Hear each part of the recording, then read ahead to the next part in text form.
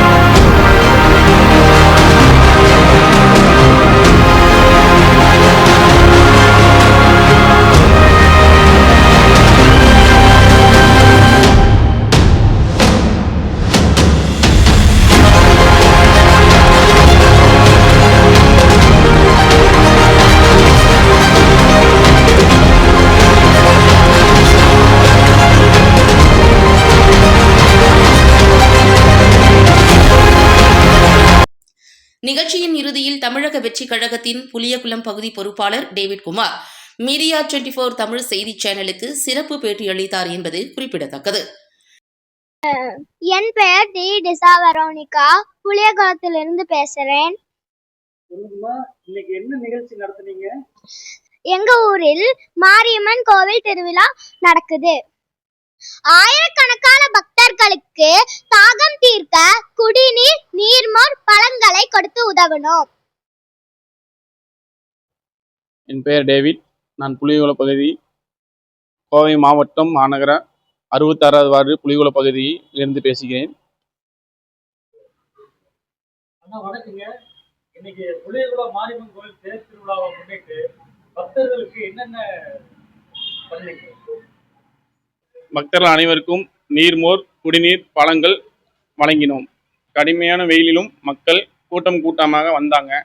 வந்த பக்தர்கள் எல்லாத்துக்குமே எங்கள் கட்சி தமிழக வெற்றி கழக சார்பில் கோவை மாவட்டம் புளியகுளம் 66வது பகுதி சார்பில் திருவிழா வந்த பக்தர்கள் அனைவருக்கும் தமிழக வெற்றி கழக சார்பாக இந்த சேவை செஞ்சதுக்கு பெருமை அடைகிறோம்.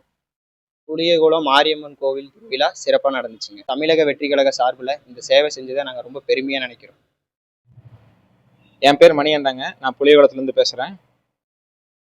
தமிழக வெற்றி கழக சார்பில் இன்னைக்கு சேவை செஞ்சது ரொம்ப பெருமையாக இருக்கு. மீடியா 24 தமிழ் செய்திகளுக்காக கோவையிலிருந்து தலைமை செய்தியாளர் அதிரடி காளிதாஸ்.